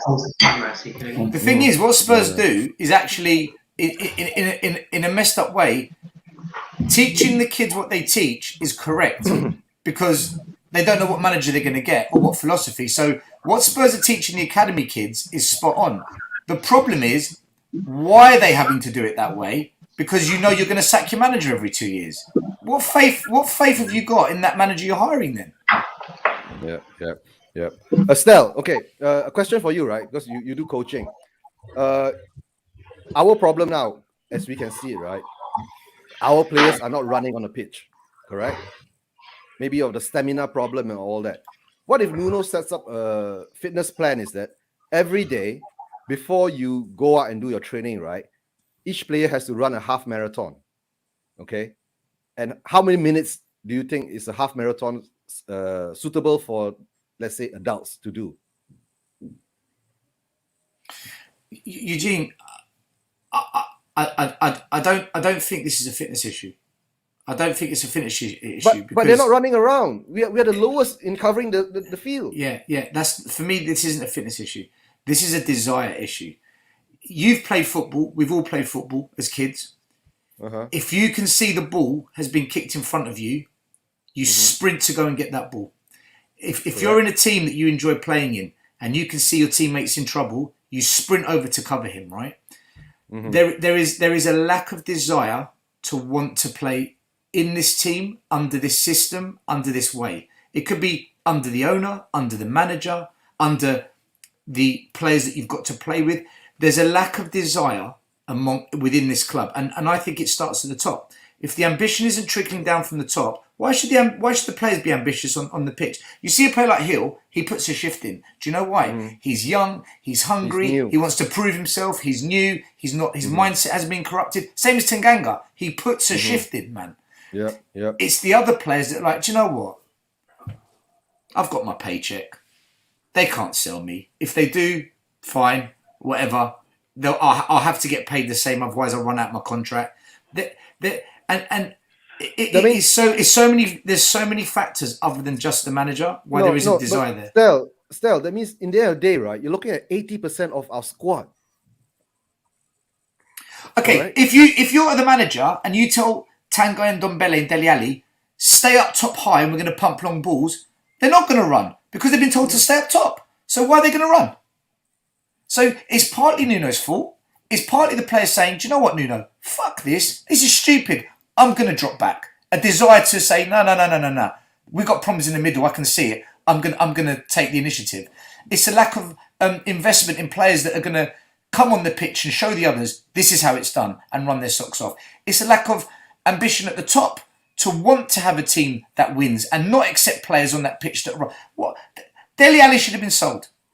Levy wants to keep him there. So you can say when the reason we're not running is because of ENIC, Levy, Paratici, Nuno and the players. It's a combination. To just blame it on fitness. These are prime athletes. Look at them. They've all got six packs. Not one of them's fat. Not one of them's out of shape. They're fit, man. They've got the fitness. Did you not see us? The energy we showed against Man City. They're fit. They've got fitness. We shut down Man City for 90 minutes, man. They're fit. It's desire, Eugene. It's a mental problem in this club. Mental. No, in football, they call it the psychological corner of sport. Okay. I've said that. I've been saying that for the last couple of days. The mentality that the lack of ambition, the lack of Stel's favourite words, desire. lack of identity, lack of ambition. You can say it, man. You can say.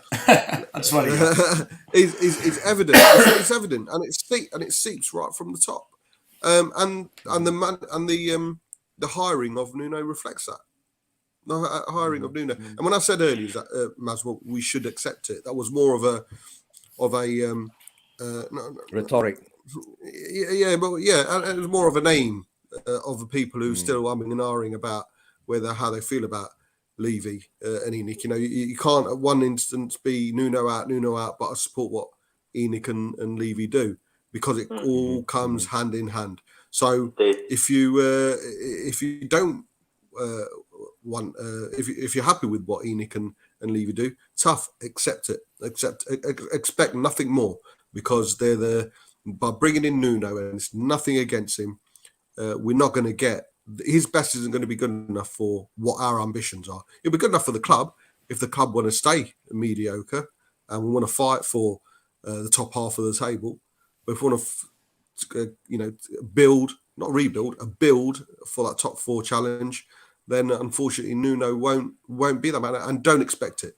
Don't expect it. Mm-hmm. Here's a question for you, Bob, and I agree with you by the way. So thanks for clarifying. With the benefit of hindsight, and I know that you're not a fan, but would you have rather stuck with Jose during, let's say, this last season and this season? Jose, my feelings on Jose is pretty well known. I wanted about last October. It was the more toxicity.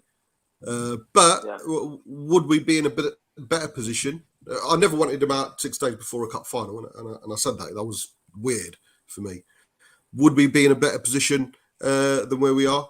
Yeah, of course we would, because he's a better manager than Nuno, regardless of all his toxicity and all the shit that it brings with him. But he's a better manager than Nuno. So regardless of my thoughts on him might be exactly the same. I still might want him out. I just want to elaborate. Look at that comment. Johnny, email Justin from Spurs offering my 4-year-old nephew access to Heineken bar ahead of the Villa game. Accept Johnny, accept it. No, can I just elaborate? Can you get some guest tickets there, Johnny? No, there's a Heineken bar in the stadium.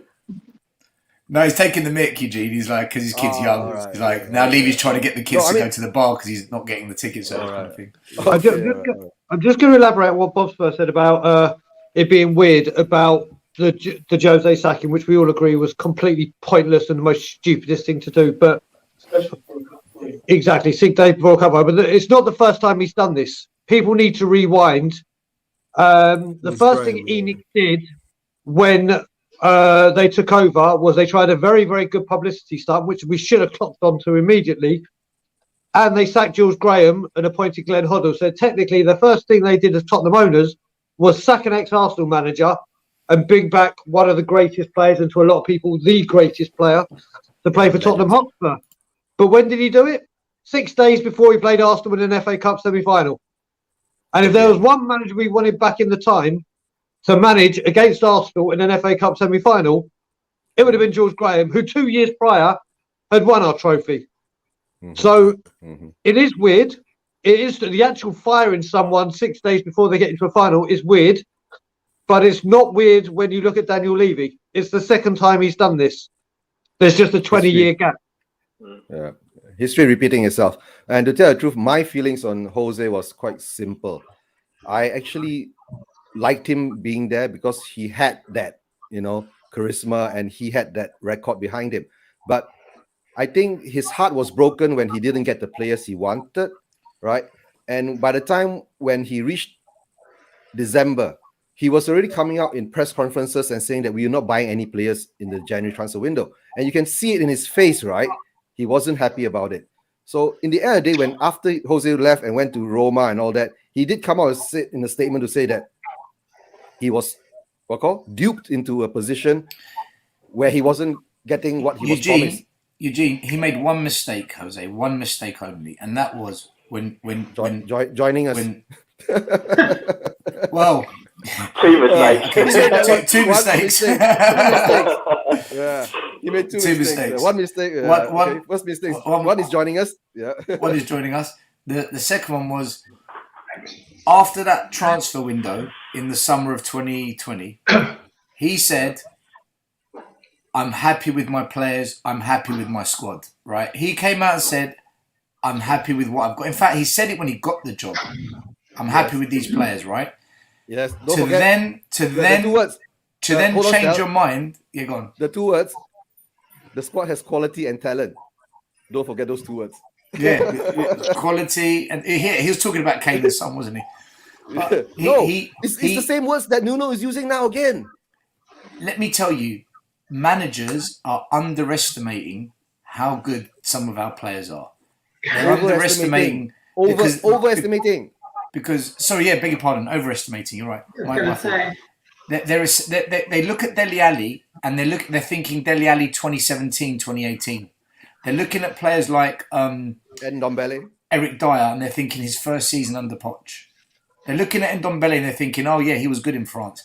They're not looking at the players now before joining the club. So they're overestimating them, and they make and can I say that's poor management actually. That's poor management. That's true.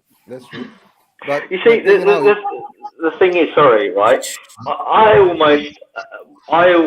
mean, I didn't enjoy the football under Jose, but I almost thought it was a necessary evil. All of this tension and what's the word that Bob used? Toxicity. Sorry, identity.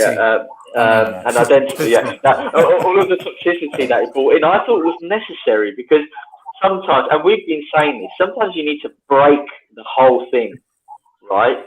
And pull out the weeds and get people upset and weed out the people who can't take the orders and who lack ambition to get anywhere. And I think history is almost proving Jose right in the sense that if we allowed him to do that and allowed him to weed out all of the people who lacked ambition, we could be in a different position. But we never, like we do, we never allow a manager to really instill what they want from the beginning, whether that's buying players or implementing their philosophy, etc. Because Levy's just got his fingers in all the pies, isn't he? Literally. Yeah.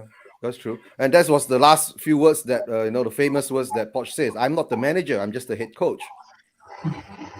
Remember? Yeah. So Arthur, that means we know. So Eugene. Sorry to interrupt. Go ahead, Stella. Go ahead. I was going to ask Arthur. In recent times, the best manager we've had is probably successful as Keith Berkhamshaw. When he took over, I'm guessing Spurs wasn't in great shape. I mean, you tell me if Spurs were in good shape before he come. But when Keith Berkhamshaw come, Arthur, what did he do to make us great? Did he get the backing of the chairman, or did he just weed out the ones that weren't good, or what did you notice? Yeah, I think it was a mixture of both. I think he made sure. I mean, obviously they wouldn't have signed him if they didn't back him. So that was point number one. He came from the same area as Bill Nicholson in Yorkshire. He was the same type of breed, if you like.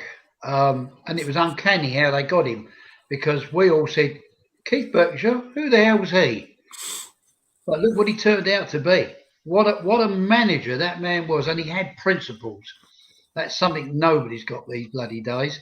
But he had a way with the players as well. He knew how to talk to them. He knew how to get the best out of them. He knew how to work them. So he had their respect and support, which is something that Nuno clearly can't quite achieve. That's exactly it. He got there. So he got the backing not just from the board. He got the backing from the players.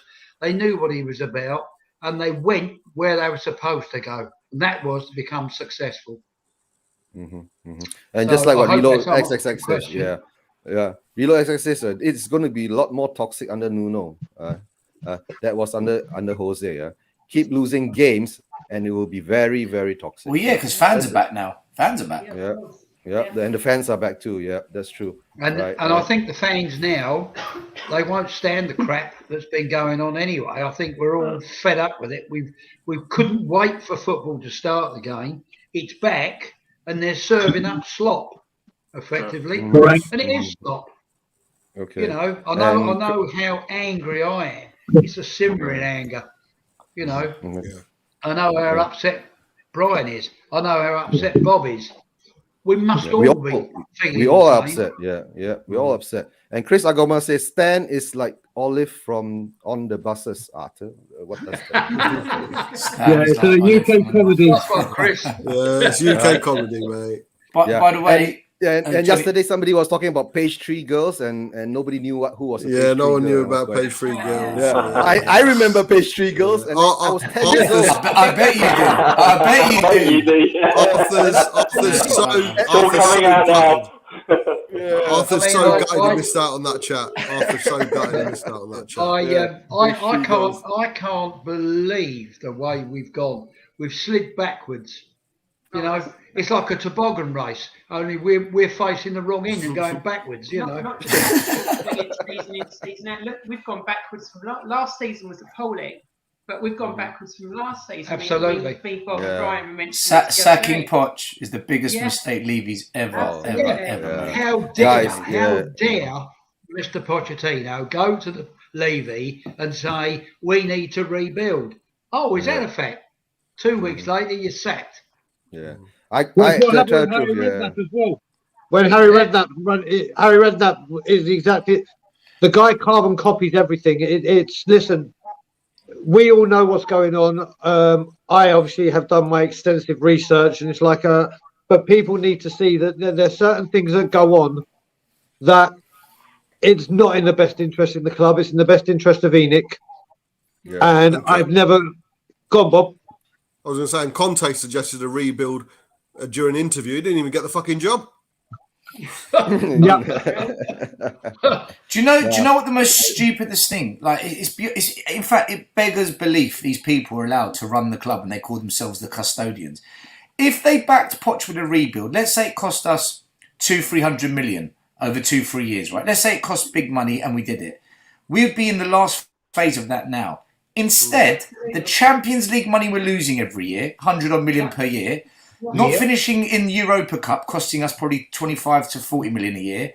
The money we're not getting from fans now not wanting to go to all the games.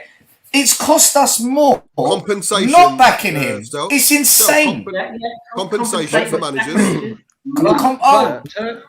Every manager we sacked. Sorry, go on. Yeah. I was agreeing with Bob. The compensation. Yeah. If you turn that on its head, right? What is he doing now? The club is disappearing down the toilet fast, and he's expanded his media empire and property portfolio. That's what he wants. But and guys, as I said to you, it's insidious the way it's happening. But Arthur, he could have had both. He could have had a great football team and a media empire. He could have had it all. Listen, I've said this on. I think it was Mari's show, or it might have been Bob's. I met Levy years ago. I can't remember what year it was, because we were playing Coventry. We beat them 3-0, and they went down that year, and they've never come back since. But that year, I had a chat with Levy. We were invited to dine with the directors and sit in the director's box. How nice. Interviewed by Martin Chivers. That was lovely. Wow. But then he said to me, we are just like you and the rest of the supporters. We are fans of the club and we want to take this club where it should be. Oh, shit. 20 odd years on, where the bloody hell are we? And that's why we need to hold them to account. This is why we need to do exactly what Brian said. You know, this is it's just that's one of the reasons why I said, in a way, I don't really care about the stadium and this property portfolio, where he gets his money from. All I want is success on the pitch. I want Tottenham Hotspur to be winning trophies, and that's what you know. And us having playing the best football and attracting the players that we used to of old. And you know, whether or not he buys half of Tottenham and rejuvenates it, and whether or not, you know, I just don't care about that. It's irrelevant. It's irrelevant. But guys, my biggest, I feel it's weird. You know, if you come out with a statement, right, like in the program for the Aston Villa match, the last home match in last season, he came out in the program and he said, you know, all the blah blah blah. You know, our DNA, we want to play attacking fast football and all that, which Brian was saying that he's lying again. My question is that he admitted, right, misspending £250 million on buying players. No, he didn't. No. I think this is where we get a lot of people are sort of He didn't admit it. All he's saying is that, look, I've got the money where my mouth is. No. Did he say misspent? No, he didn't say that. He did. Did he? He said the word misspent. He was trying to say that he did. He said misspent 230 million. While he was trying to prove that he did spend money, he used the word misspent, right? When you use the word misspent, my question, the first thing that came into my mind, right? If you were a CEO of a company, right, of Apple or Google or something, and you told the board, right, oh dear, I misspent 250 million pounds, right? Okay, it's okay. Let's go on. Continue. Wouldn't the board go for your head? Wouldn't you be responsible? Eugene, you've only got to look at what happened when we sold Bale. 86 million. He bought 7 players. 1 player made it. Ericsson. Yes. The rest straight down the toilet. No, I understand. But when he said that statement, because at that time, the whole fan base was jumping on his back saying that we are not spending money. And then when he came out with the statement, he said, we spent this money in the season of 2018 to 2019. In that 1.5 years, he misspent 230 to 250 million pounds, and he has not been held accountable for it. And somehow or another, our fan base sits down there, right, and still carries his BALSS. Eugene, what did he misspend it on? Wasn't all players? No, all players. He said he misspent it on players. So wages and stuff, isn't it? No. It's your NGIs and your inclusions. Yeah, because okay, if you misspend it on players, right? Wouldn't Hitchin get the sack? Yeah, Hitchin was involved in the recruitment. He's a fall guy. That's what Levy does. He's playing the corporate game, and in the corporate policy, i.e., those that work for big companies, etc., if they messed up like that, they'd be out in their ear. Yeah, that's why. You see, and he's taking at least 6 million a year plus expenses out there, our club, for what? No, the thing is that, right, the fans should know that you are paying for it. Every single beer you buy, every single pie you buy, every single jersey you buy, right, hoodie you buy. All that money goes for almost buying Tomiyasu. That's it. Yes. Yeah. And please don't go to me about Tomiyasu. If I tell you my conspiracy of Tomiyasu, you guys will freak out. But if you want to listen to it, I won't say it live, right? Because I don't want to spoil the atmosphere to let people know out there what's happening, right? I'll say it behind the screen because I always do this because certain things I don't want to put it out there. Okay. I know where it is. Yeah. Yeah, we spoke about it. Yeah, Arthur, we spoke about it Saturday. We did, Brian. Yeah. Oh, you told Arthur about it. All right. Okay. I'll tell you about it. Arthur's like family. I tell Arthur. Yeah. We go to Tottenham. We are. That's right. Yeah, we're all family now. Right, guys. Look, I've got to shoot off, but thank you very much for having me. Nice seeing you all. Brian, Stel, Bob, Eugene. Always a pleasure, man. Nice to meet you again, Mario. Take Yeah. care. Take care. See you guys. See you later, buddy. Bye-bye. See you later, buddy. Right. Yeah, guys. It's coming up to 2 hours. So, guys, any more other things that you want to add? If not, then I'll end the stream. Then we have our chat behind the scenes. That I rather do that. Not on live recorded, and then it becomes evidence against us. No. You ain't got to worry. You're like me. Eugene. We don't live in the country, so we can get away with it. We don't. Brian, be careful. You haven't left the country yet. You're still in it. But I don't give a fuck. I don't give a fuck. Hi. Hello, my lovely lot. How are you doing? That's a good point. Big up, everybody. Big up. Big up to you too. All right, guys. Bobby. Okay, I'm just going to do the closing. I'm just going to say the thanks and support to all the guys while this is happening. And you all just, if you have anything to say before I just do the closing. Yeah, who goes first? You go. No, you go. No, you go. Yeah, you go. You go. No, you go. No, you go. You go. You say bye. Like this. All together. You know why? Sod off. No, Arthur. This is what happens every time we do a show. We always say goodbye, right? Then it'll be 1 hour later. We will still talking. Never say goodbye. Okay, Bobby, plug your channel. Bob Spur TV. Yeah, hold on. Yeah, go ahead, Bobby.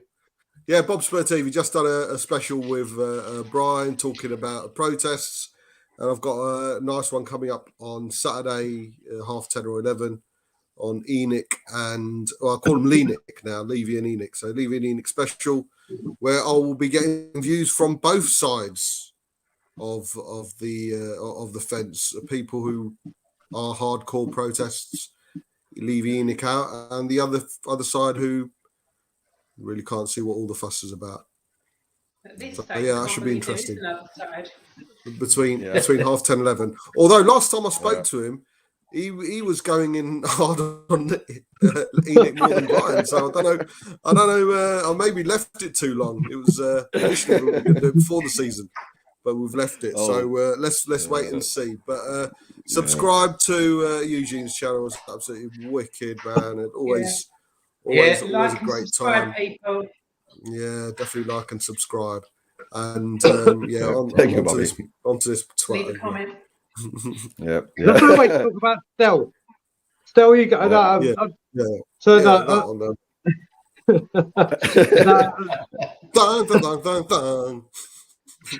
all I will say is that you can find me at Tottenham on Tour. That is mine and Brian Ireland's channel. I'm whoring myself out, as I usually do whilst I'm in England, getting on as many streams as possible, but mainly to talk about what is the main reason I'm here, which is Change for Spurs. Check out their Twitter handle. Like I said, you can reach me at Tottenham on Tour, where there'll be a lot more coming up. You need to go and check out Change for Spurs and Too Dare is Too Dear, because these are the people that I'm part of, that we are building something to try and get these parasites out of the club. And find me on Tottenham on Tour and every other channel. But Eugene, always a pleasure coming on your show, my man. Yeah, and Stel? Here. I'll second that. Yeah, you want to plug your channel, Stel? Yeah, give him 30 seconds. His dial up from Palmer's Green to fucking ages. Yeah. You still there, Stel? He is. It's his dial up. Okay, Arthur. We go to Arthur first. Dad's not got a channel, obviously, but we bounce around from channel to channel and just try and provide what we can for what it's worth. Yeah. Right.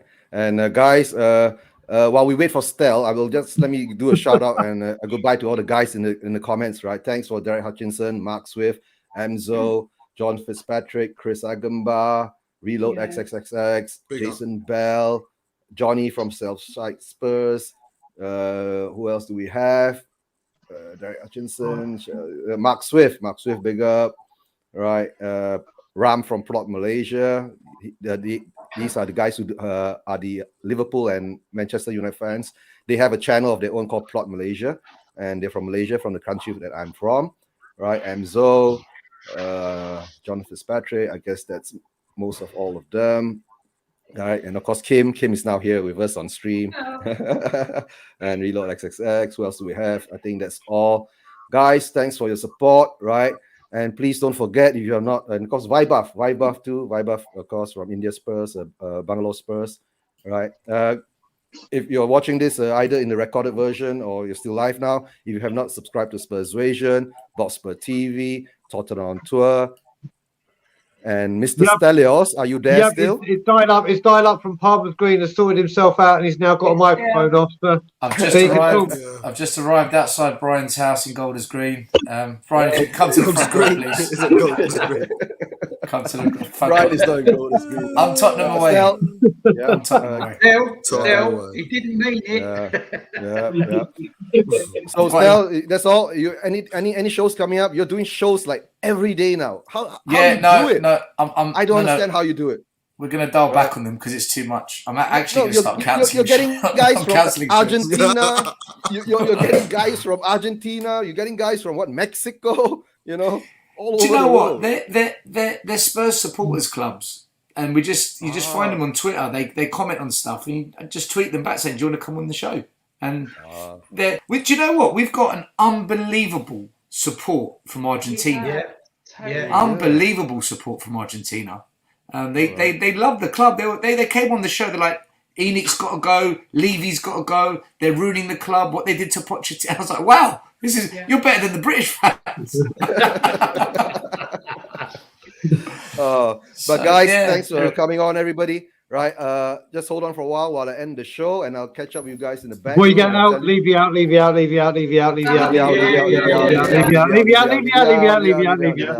All right.